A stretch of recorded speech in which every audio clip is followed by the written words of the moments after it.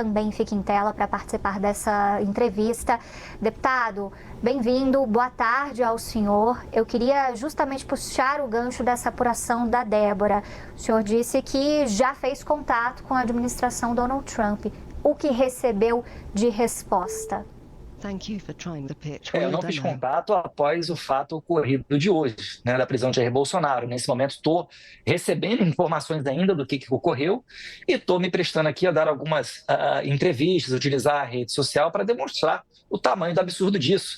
Porque, inclusive, na decisão do Moraes, ele cita a proximidade com a embaixada americana como motivo para prender o Bolsonaro. Cita também dizendo que o Ramagem, né, deputado federal, se evadiu do Brasil, segundo ele tem acusado, dizendo que isso daí também poderia criar a evasão de Jair Bolsonaro. Ou seja, estão responsabilizando Bolsonaro por ato de terceiro, né? E também estão colocando argumentação esdrúxula. É óbvio que o Jair Bolsonaro não precisa ser preso. Ele é um idoso de 71 anos de idade, passou por 7 cirurgias, com muita frequência, dezenas de vezes nos últimos anos, esteve num hospital, utiliza uma tornozeleira eletrônica inócua, porque ele tem vigilância até com câmeras 24 horas por dia contra a sua residência, inclusive com a possibilidade de policiais adentrarem a sua residência, o que viola a nossa Constituição e nunca foi aplicado anteriormente sequer com os mais perigosos traficantes de drogas e assassinos do Brasil. Então, o que o Moraes está fazendo, ele está imprimindo uma tortura psicológica contra o Jair Bolsonaro, porque ele quer terminar o serviço iniciado pelo Adélio Bispo. A intenção de Moraes é, obviamente, assassinar o presidente Jair Bolsonaro, que tem se resistido fortemente, aguardando uma anistia para postular o seu nome à eleição presidencial do ano que vem. Débora Bergamasco, que viabilizou essa entrevista, a sua pergunta.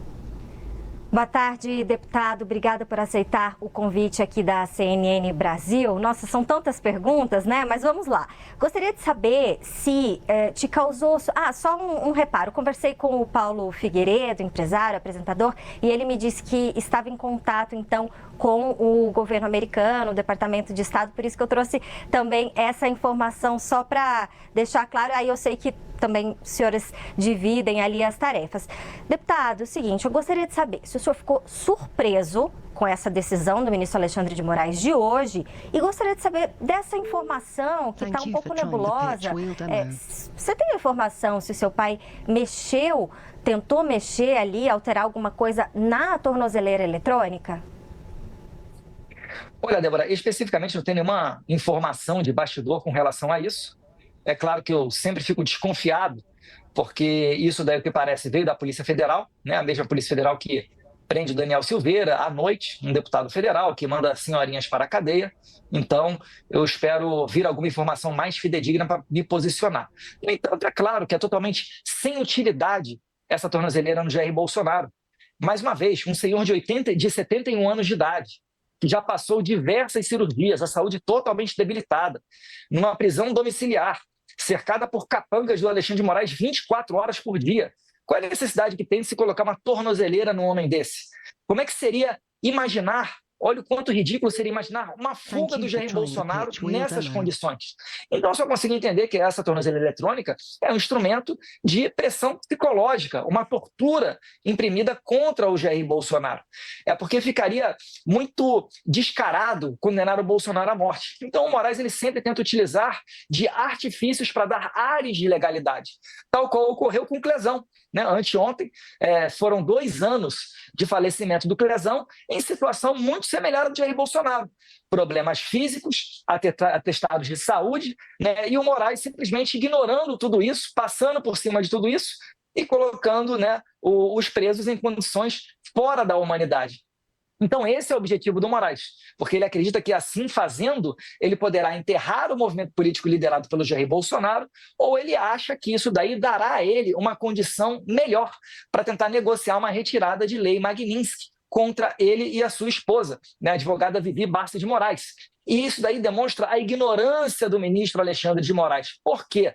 Porque não é assim que se retira uma lei Magnitsky. Né? Ele está desesperado porque ele está vendo que a implementação da lei Magnitsky vai piorar para o lado dele e também porque os Estados Unidos não negociam com terroristas. Imagine criar um aplicativo com a sua assinatura, só com o poder da imaginação. Conheça a Base 44, uma plataforma completa de criação com IA. Feita para qualquer pessoa com uma ideia e vontade de fazer acontecer. Você descreve o que quer e vê sua ideia tomar forma. Planeje, personalize e leve sua criação para onde quiser. De ferramentas feitas só para você, a plataformas prontas para atender milhares. De projetos pessoais a sistemas de nível empresarial. Tudo já vem pronto para usar. Um novo jeito de criar, onde você vai tão longe quanto sua imaginação permitir. Você pode imaginar? Transforme seu sonho em realidade.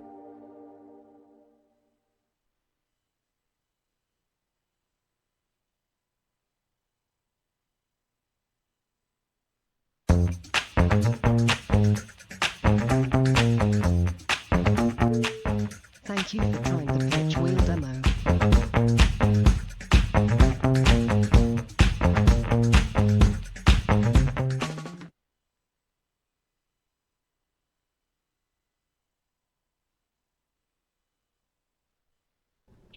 Jussara Soares também tem uma pergunta, deputado. Deputado, obrigada pela entrevista. Deputado, nesta semana os Estados Unidos retiraram em parte a tarifa de 40% aplicada a alguns produtos brasileiros. O senhor imagina que essa prisão preventiva do ex-presidente Jair Bolsonaro possa causar um revés nas negociações entre o governo Trump e o governo Lula em relação a essa questão comercial? Em relação às tarifas, não, né? Porque não foi uma vitória exclusivamente do Brasil. O mundo inteiro, por exemplo, cito aqui a Colômbia, teve o seu café também retirada todas as tarifas. E ninguém falou que isso foi uma vitória da diplomacia da Venezuela.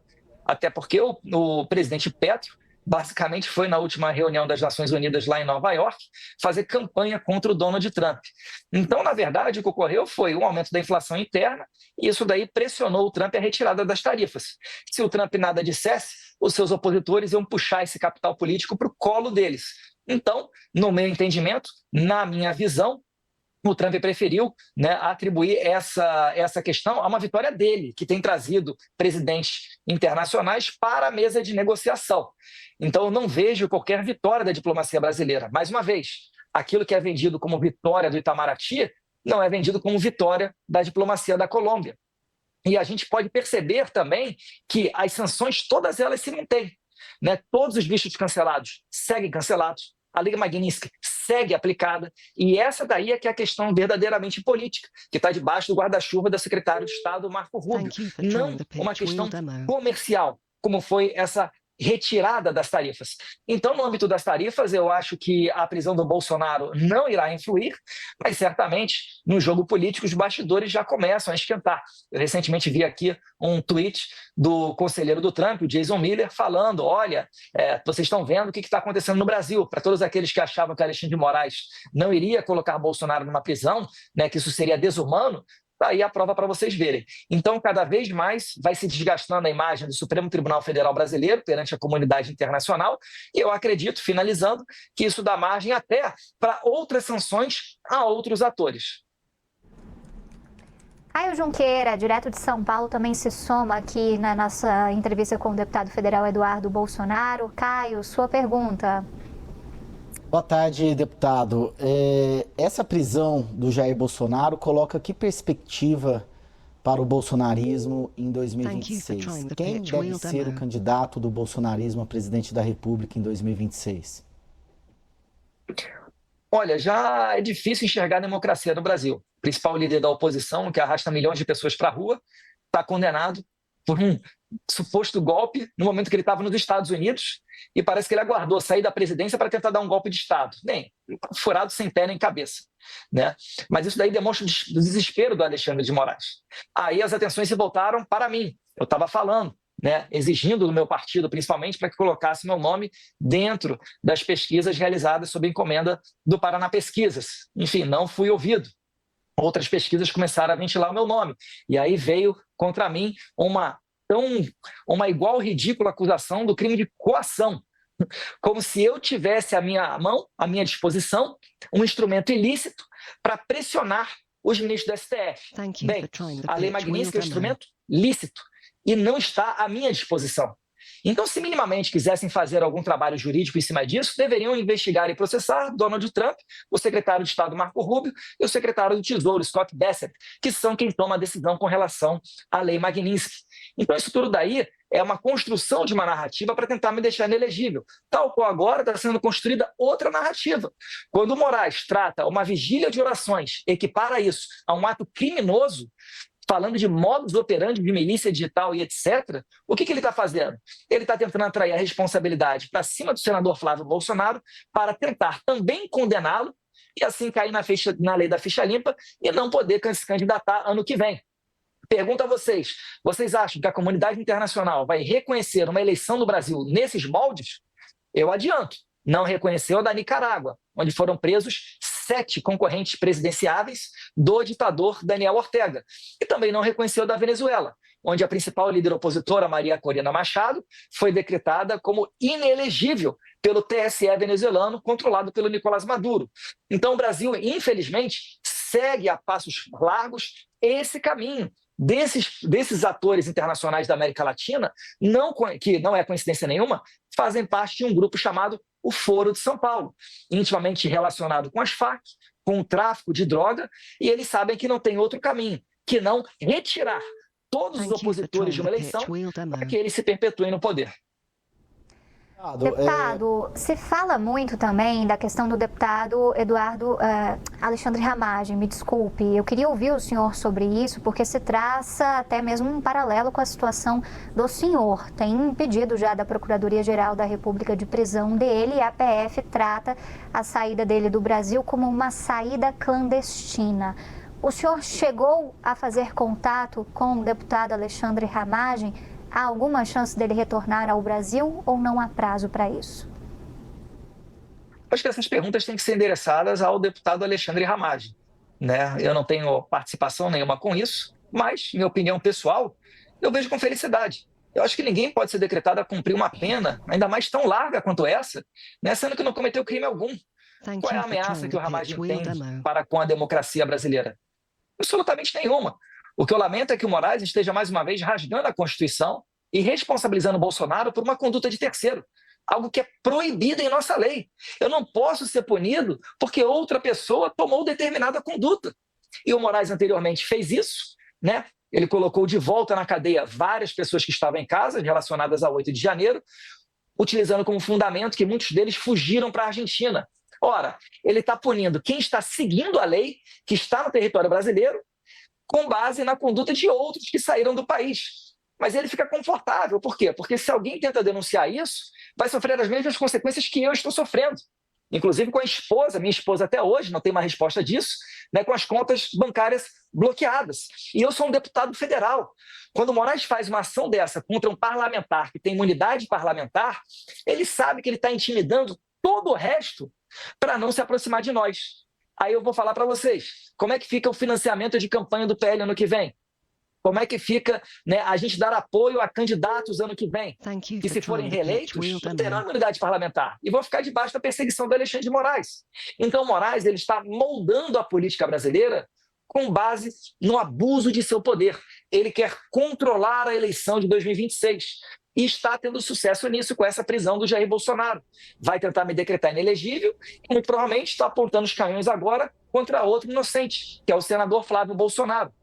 Dessa maneira, eu pergunto a vocês, restará democracia para as eleições de 2026? Ou será que com esse quadro de fatos que eu acabei de citar, finalizando, vai ficar fácil para a comunidade internacional dizer que o Brasil não é mais uma democracia, se equivalendo com a Venezuela? Débora Bergamasco. Deputado, pegando desse ponto que o senhor traz, né, segundo a sua avaliação, essa perseguição para tornar o senhor inelegível, seu pai já está inelegível, o senador Flávio Bolsonaro inelegível, que foram nomes que apareceram como possíveis candidatos à presidência pela direita. Duas perguntas. Seguinte, primeiro, o cerco está se fechando, por enquanto, então, né, se esse caminho que o senhor traça, se ele se concretizar, ficamos com o nome de Michele Bolsonaro, Tarcísio de Freitas e alguns governadores aqui que se dizem de direita. Minha pergunta, o senhor apoiaria algum desses nomes? E outra pergunta, que ela é um pouco mais profunda, deputado. Quando, às vezes, a oposição, quando está numa ditadura, ela acaba se evitando, boicotando a eleição, porque sabe que não é uma eleição séria, não é uma eleição transparente, não é uma eleição justa. Na sua avaliação, já que o senhor diz que o ministro Alexandre de Moraes está agindo para interferir na eleição, então, se isso de fato for verdade, não é uma eleição limpa. O senhor defenderia, então, que a direita boicotasse e não participasse da eleição, já que são cartas marcadas? Débora, primeiro, iniciando com todo respeito a resposta à sua primeira pergunta, né? Se for um cenário sem Eduardo, sem Flávio, sem Jair, já não há mais democracia.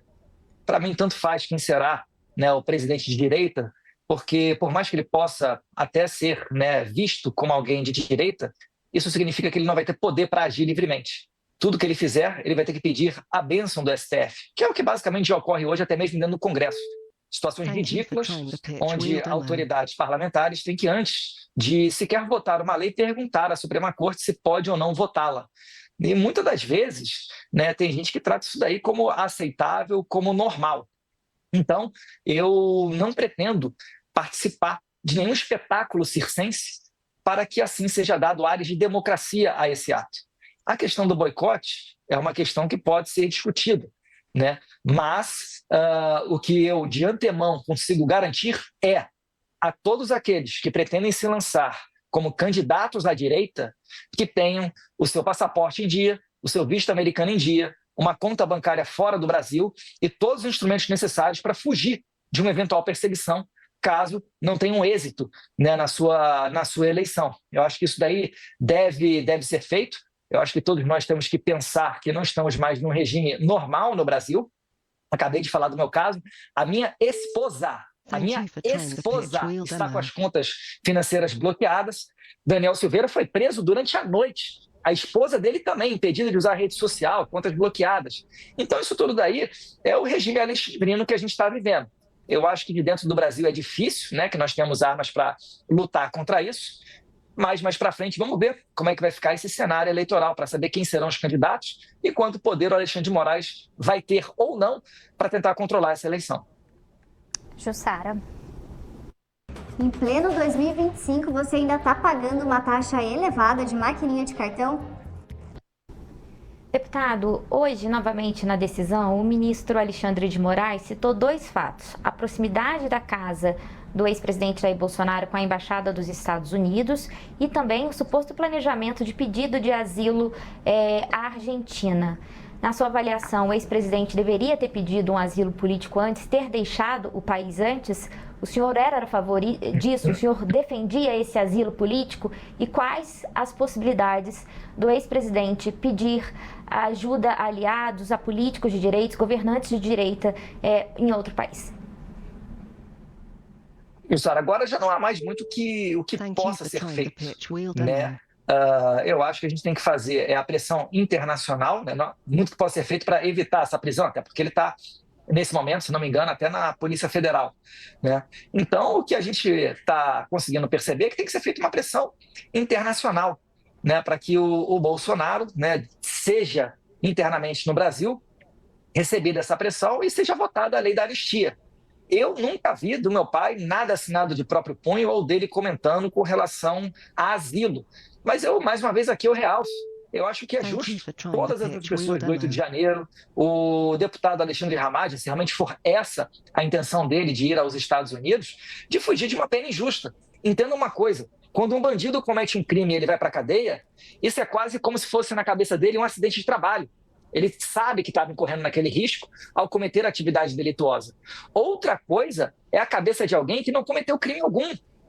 A gente não pode cair nessa narrativa de achar que o presidente Bolsonaro esperou um momento onde ele não era mais presidente, onde ele nomeou os chefes de força, né, da Marinha, Exército e Aeronáutica indicados por Lula antes de deixar a presidência, no momento que ele não estava mais no Brasil e colocou em campo velhinhas e pessoas desarmadas. Lembrando, não foi dado um tiro e não foi apreendida uma arma de fogo durante o 8 de janeiro, para que nesse momento Bolsonaro tentasse dar um golpe de Estado. Pelo amor de Deus, mais ridículo do que isso, é só pensar que o Bolsonaro estava planejando uma fuga. Um senhor de 71 anos, numa prisão residencial, num país onde todo mundo conhece ele, vigilância 24 horas por dia, câmera com sensor de movimento, e então ele conseguiria fugir. É óbvio que não. Né? Mais uma vez, essa tortura é instrumento, essa tornozeleira, ela é instrumento de tortura contra o Jair Bolsonaro, numa tentativa do Moraes de repetir aquilo que já ocorreu com o Clezão, que é assassiná-lo. Então eu tenho que minimamente vocalizar isso, enquanto ainda me resta um espaço, né, numa imprensa aqui como a CNN, que eu agradeço essa oportunidade, e também as minhas redes sociais. Deputado, só para ficar claro, o ex-presidente agora está preso na Polícia Federal, mas o senhor disse que outras pessoas que estejam numa situação condenados, a exemplo do que o Ramagem fez, também devem deixar o Brasil? O senhor é a favor disso? Sim, porque eu não sou a favor de colocar inocentes encarcerados. Eu estou vendo uma narrativa sendo construída para se jogar um jogo político. Querem controlar a eleição de 2026, prendendo essas senhoras, prendendo parlamentares, eventuais futuros senadores, que é o meu caso, ou presidenciável. Flávio Bolsonaro agora é outro caso. Então, eu não posso entender isso daí como normal, como justo. Então, minimamente, ainda que não seja o cenário ideal, né, porque isso demonstra que já não há mais democracia ou esperança de uma justiça vinda da Suprema Corte, eu acho que sim, vale a pena você lutar pela sua liberdade. Deputado, eu vou insistir nessa pergunta da Jussara, rapidamente antes de passar a palavra ao Caio. Essa defesa que o senhor está fazendo de uma fuga, ela se estenderia ao seu pai também? Eu não vou dar essa oportunidade para o regime. Eu me reservo ao direito de ficar calado. Né? Eu acho que o meu pai está sofrendo demais. Mais uma vez, é um idoso, né? Dezenas de vezes foi ao hospital, muitas vezes sendo internado, 7 cirurgias, vigilância 24/7 pelos capangas do Moraes na porta da sua casa, ou por vezes até dentro da sua casa, um tratamento que não foi dispensado a nenhum assassino em série ou traficante de droga do crime organizado do Brasil, e ainda assim imaginar que ele possa fugir, eu acho que é ridículo ficar imaginando essa possibilidade. Caio Junqueira. Deputado, família Bolsonaro poderia apoiar Tarcísio de Freitas a presidente em 2026? A sua pergunta ela é muito pertinente, mas nesse momento eu prefiro focar aqui na questão da ilegal prisão do Jair Bolsonaro. Porque se o Bolsonaro tiver que colocar outro nome adiante, isso significa, né, que o Moraes venceu uma batalha e está forte dentro do Brasil ainda. Eu não quero chegar ao cúmulo de permitir que o Moraes molde, né, que o Moraes que passe pela chancela dele quem possam ser os presidenciáveis ano que vem. Eu acho que se o Flávio for adiante com a sua candidatura, ele vai sofrer muito. Ele vai sofrer perseguição, ele tem que estar preparado para tudo.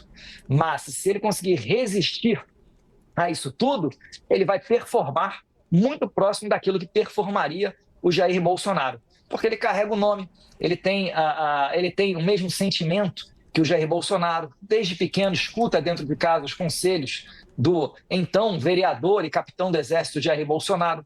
Então vamos ver quais serão as cenas dos próximos capítulos e ver se realmente o regime vai por esse caminho. Deputado, seguindo ainda com o que vocês estão conjecturando de planos eleitorais para 2026, né? A gente percebe que Tarcísio começa a ser uma opção, inclusive para o senhor, que em outros momentos teve um posicionamento um pouco mais afastado do governador de São Paulo. O que vai ser definitivo para que essa decisão seja tomada? O quanto essa decisão está nas mãos do próprio ex-presidente Jair Bolsonaro? Eu não estou ensaiando uma reaproximação com o Tarcísio, não. Eu só não estou querendo aqui repetir os argumentos que eu já utilizei para desviar o foco daquilo que é o principal, que é a prisão do presidente Jair Bolsonaro. A minha opinião sobre o Tarcísio de Freitas segue sendo exatamente a mesma. Eu não quero que ninguém nutra a esperança de achar que eu vou acabar com as minhas críticas ou mudar de lado por conta dessa pressão de colocar o meu pai como um sequestrado, como um refém, dentro de um cárcere privado sem qualquer necessidade e que apenas objetiva em assassiná-lo. Eu acho que todos nós temos que ter em mente a psicopatia do Alexandre de Moraes. Não há necessidade nenhuma de prender o presidente Jair Bolsonaro. Fica óbvio qual é a intenção de Moraes em fazê-lo. É por isso que eu acho que a eleição do ano que vem é um tema até secundário nesse momento. Por agora, o meu foco é falar de Jair Bolsonaro e não dividir o holofote com a questão presidencial de 2026. Débora.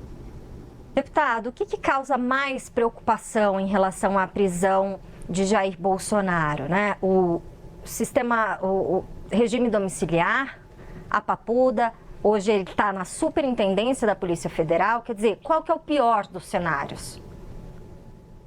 Olha, todas essas opções, elas são injustas, né? Mas dentro das possibilidades hoje em dia, eu acho que o ideal seria uma prisão domiciliar, em que pese isso daí, se tortura demais uma pessoa que é inocente, que não roubou o povo brasileiro, talvez tivesse roubado, não estivesse nessa situação, né? Teria muito a pagar a advogados com bom trânsito dentro da Suprema Corte, mas acho que dessas opções daí, obviamente, a prisão domiciliar é a que menos impactaria, eu acho, né? Seria a menos injusta de todas elas, mas deixando claro aqui que não veria justiça nisso daí. Mais uma vez... Mas e a pior? A pior? O pior é colocar ele dentro de uma prisão comum, por óbvio, que é o que eu acho que o Alexandre de Moraes vai fazer, né? Ele vai tentar fazer isso daí para tentar assassinar o Jair Bolsonaro. Eu acho que isso daí aumenta as chances de uma pressão vinda aqui dos Estados Unidos maior. Eu acho que mais atores, por exemplo, o PGR, que está validando tudo que o Moraes está fazendo, Paulo Gonet, de entrar à frente de uma lei Magnitsky, ele e a sua família, mas, se forem por aí, podem ter certeza, os Estados Unidos não negociam com terroristas. Caio Junqueira. Deputado, eu queria uma avaliação sua sobre a sua atuação aí nos Estados Unidos. Desde o começo do ano, o senhor atua pelo que o senhor batiza de uma tarifa Moraes, junto à Casa Branca, mas desde então, 3 consequências disso na política doméstica brasileira. Processo de anistia, projeto de anistia no Congresso travou, Lula recuperou popularidade e competitividade para 2026 e seu pai foi preso. O senhor não acha que a sua atuação aí mais atrapalhou do que ajudou a direita brasileira? Negativo, cara. Se não fosse essa pressão vinda dos Estados Unidos, sequer seria votada o requerimento de urgência da lei da anistia, que foi aprovado com 311 votos na Câmara dos Deputados. Isso é claro até para alterar a Constituição brasileira, né? O que nós conseguimos fazer foi, historicamente, colocar pela primeira vez, né, contribuir para que seja aplicada uma sanção contra o violador de direitos humanos, chamado Alexandre de Moraes.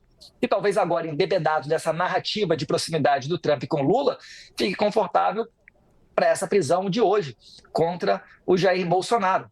E, mais uma vez, né, a tarifa ela foi retirada por conta da inflação norte-americana, não com base em um sucesso da diplomacia brasileira ou necessariamente desses diálogos entre Lula e Trump. Porque, se assim for, temos que parabenizar também a diplomacia da Colômbia, porque foi retirada a tarifa do café colombiano. E a gente sabe que não foi êxito nenhum das relações internacionais do presidente da Colômbia, o ex-guerrilheiro Gustavo Petro. Então, o Alexandre de Moraes, ele pela primeira vez viu consequências. Tanto é que está me perseguindo. Se a minha atitude realmente fosse benéfica ao Moraes ou ao governo Lula, eles estariam deixando a gente, né, à vontade aqui fora. E não é isso que acontece. Se ele está tendo que se expor para me condenar por um fantasioso crime de coação, é porque ele sabe que eu tenho uma candidatura presidencial competitiva. E sendo presidente da República, tendo a maioria do Senado, a primeira coisa que eu faria era o impeachment do Alexandre de Moraes. E ele sabe muito bem disso.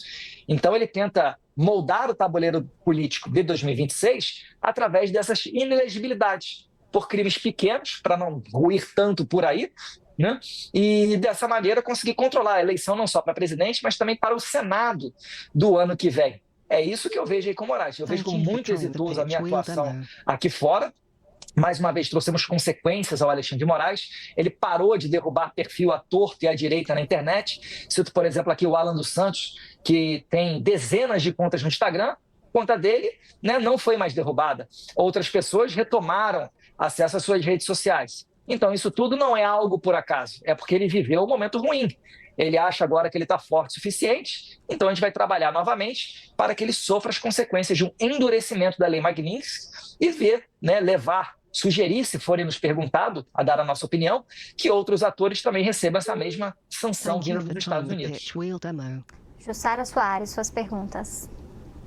Deputado, o ministro Alexandre de Moraes cita especificamente iniciativas do senhor e também do senador Flávio Bolsonaro como justificativa para esse endurecimento jurídico em relação ao ex-presidente Jair Bolsonaro. Queria saber se o senhor se arrepende de alguma atitude ao longo de todo esse processo da trama golpista, o que faria diferente? E para finalizar, uma última pergunta. O senhor, neste processo, nessa sua atuação nos Estados Unidos, o senhor vê nas últimas semanas a gestão Trump soltando a mão do ex-presidente Jair Bolsonaro? De maneira nenhuma, né? Eu, primeiro, não me arrependo de nada. E a gente já sabia que o Alexandre de Moraes sempre ia dobrar a aposta. Eu já sabia que ele utilizaria meu pai como